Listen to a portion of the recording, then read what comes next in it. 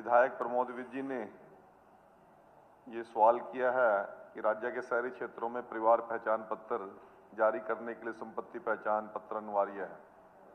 तो ये मैंडेटरी 2024 जुलाई से है और प्रॉपर्टी आईडी का प्रमाण सुनिश्चित करने के लिए योजना बनाई गई।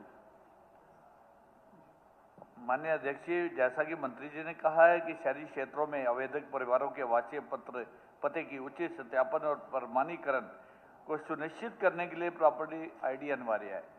तो मेरा यहाँ है कि जो किराएदार बैठे हुए हैं, जिनके पास अपनी प्रॉपर्टी है ही नहीं, तो उसका प्रमाण पत्र जो बनेगा, अब मकान मालिक ना तो उसको अपनी आईडी बताने को तैयार है और ना ही वो देता है उसको अपनी आईडी, क्योंकि हो सकता है मकान मालिक एक अमीर आदमी है, उसको कोई सरकारी सुविधाएं लागू ही नहीं होती उसके ऊपर, उसकी आमदन 1,80,000 से ज़्यादा है। लेकिन जो किराएदार है उसकी आमदन बहुत कम है, हो सकता है बीपीएल में है वो, लेकिन जैसे ही वो उसकी आईडी लगाएगा, मकान मालिक से अगर आईडी ले भी ली तो वो अपनी सभी सुविधाओं से वंचित हो जाता है।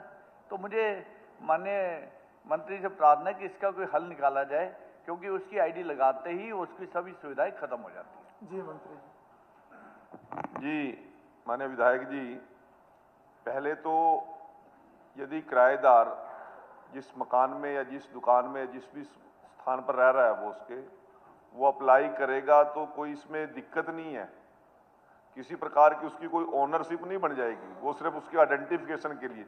और आजकल तो किराएदार जो रख रहे हैं वो पुलिस वेरिफिकेशन भी कराते हैं, यदि कोई गलती से नहीं कराई या नहीं कराना चाहता तो कोई बात नहीं है, परंतु इसमें किसी की प्रॉपर्टी की ओनरशिप का कोई मामला नहीं बनता।